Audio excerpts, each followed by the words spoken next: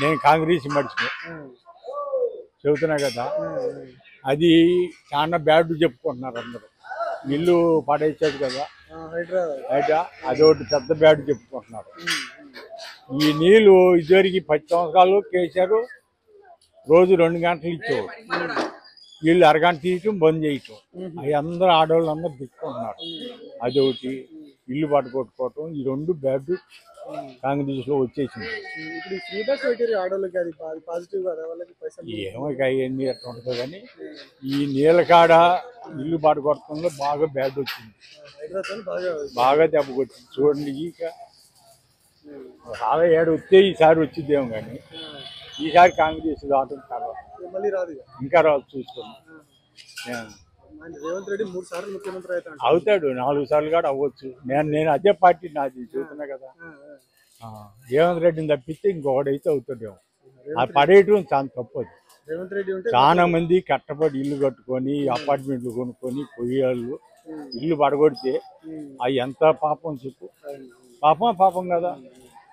ఇప్పుడు నువ్వు కట్టబడి ఇల్లు కొనుక్కొని నువ్వు ఉండే లేకో తినో కట్టుకున్నావు చేసుకున్నావు, పడగొడితే అది ఎంత తప్పు. అది చాలా తప్పు. అది కడతావు. నువ్వు కట్టకుండా ముందుగానే చెయ్యి, ఆపించుకో.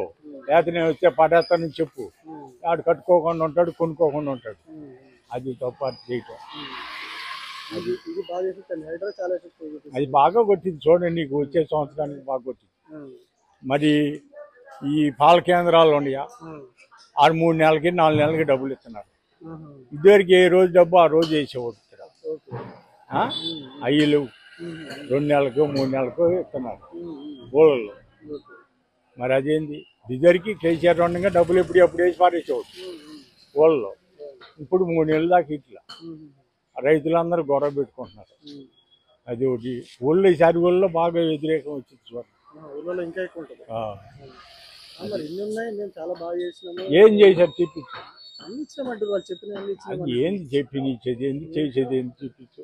నాకైతే ఈ పడేయటం మొట్టు అసలు.